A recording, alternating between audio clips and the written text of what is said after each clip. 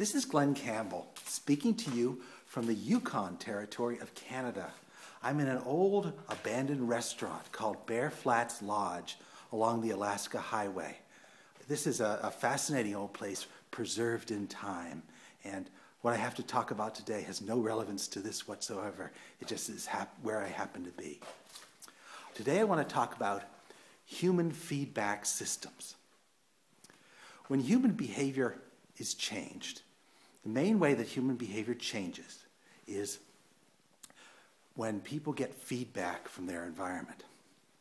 For example, when someone goes out in the cold like this without a jacket, they're going to feel cold, they're going to feel pain, and because of that feedback from the environment, they're going to learn to change their behavior so that they go out and they wear a jacket when they go out in the cold like this.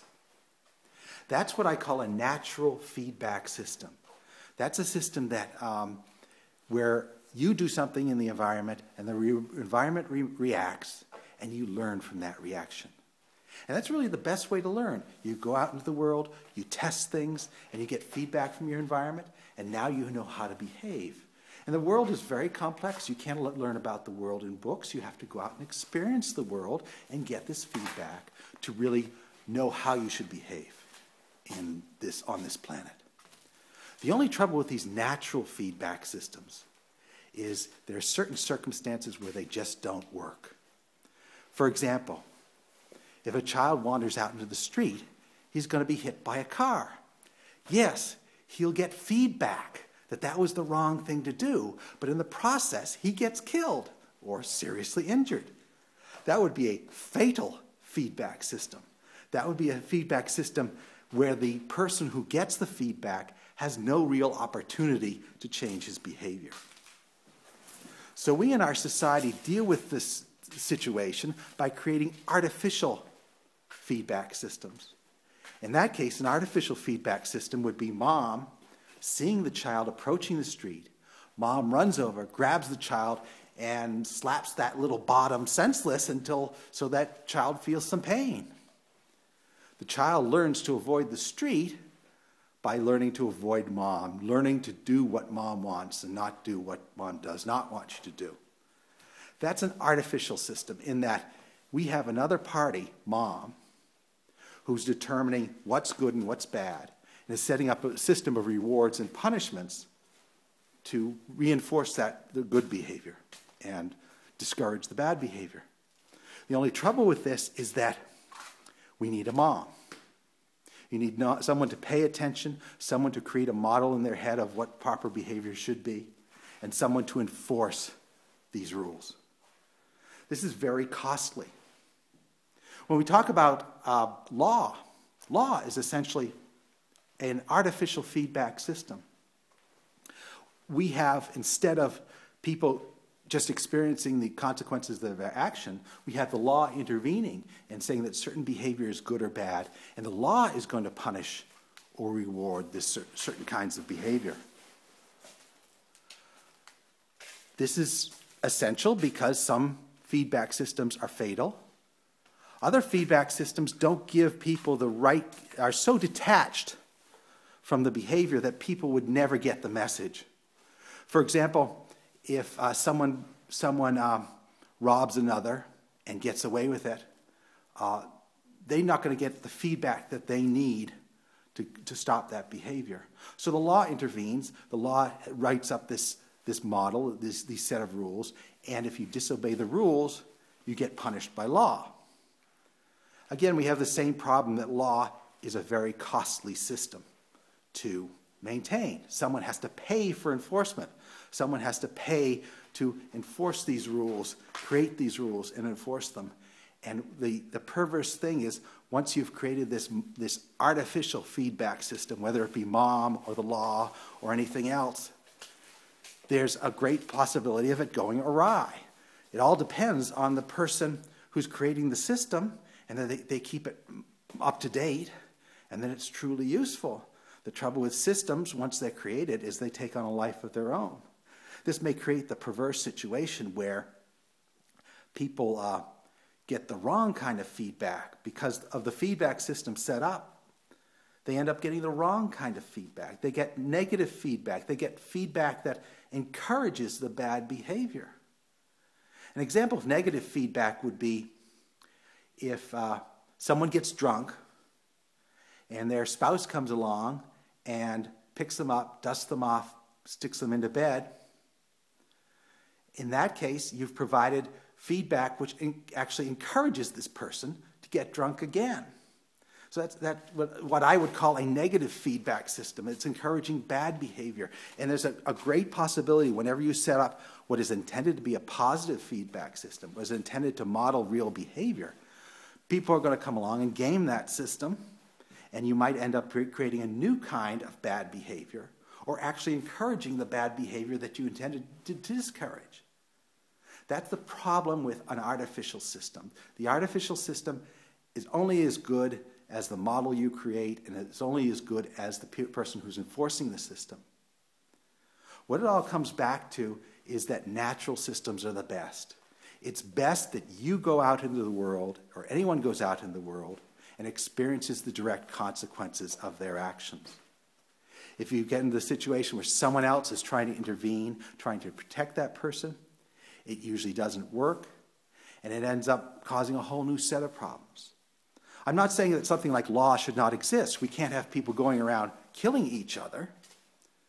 But we have to understand that law itself creates new problems. Any artificial reinforcement system creates new problems that could eventually be worse than the original problem.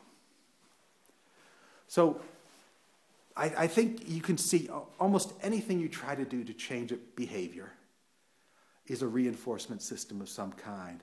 And if you place yourself into the reinforcement system, it's going to be costly to you. If you're the mom and you have to enforce behavior on children, that's costly. It takes a lot of your resources to look after this little child. And there's a limit to how many little children you can competently look after. There's a limit in life to how much you can artificially reinforce or punish someone else's behavior. Ultimately, you have to release control to a natural system. I think this is a solid philosophy of life in everything. If you're going to intervene, it has to be limited.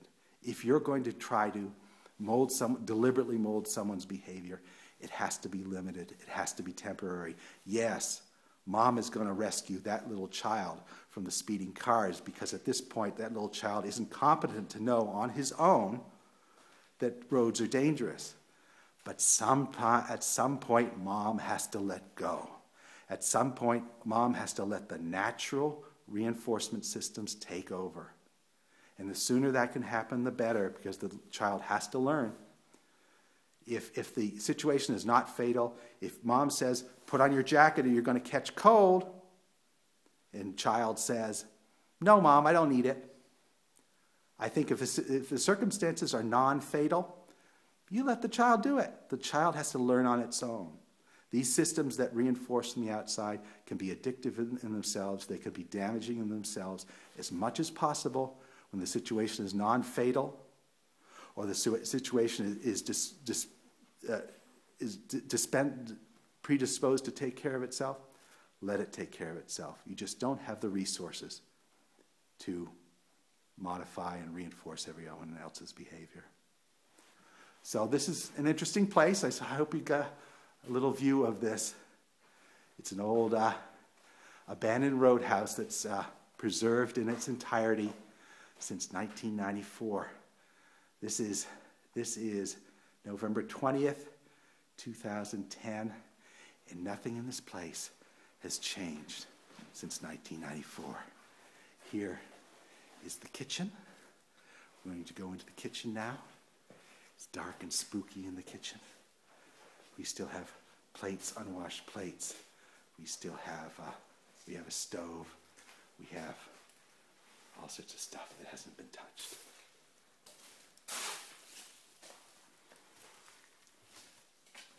And one more thing to see is the Yukon itself.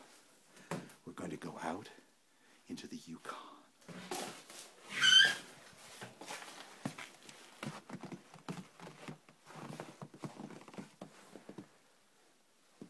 great mountains and some cabins. And these cabins were for rent. There was an RV park here. There's a number of outbuildings.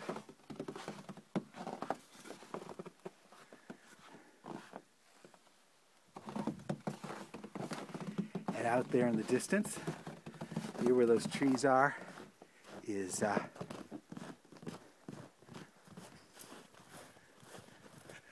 that up there, the rise up there, is the Alaska Highway.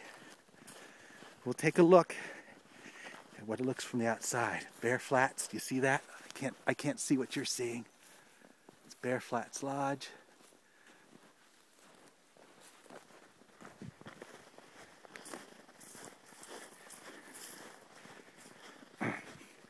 Here's the front of the place. And I reckon that I'm probably the only one who's visited, maybe one or two other people. Since I came here in 1994, I think I detect one or two things that have been rearranged in the restaurant. There could have been one or two people came here before me, but essentially it's untouched. And maybe 10 years from now it'll still be untouched. This is Glenn Campbell from the Yukon of Canada, signing off.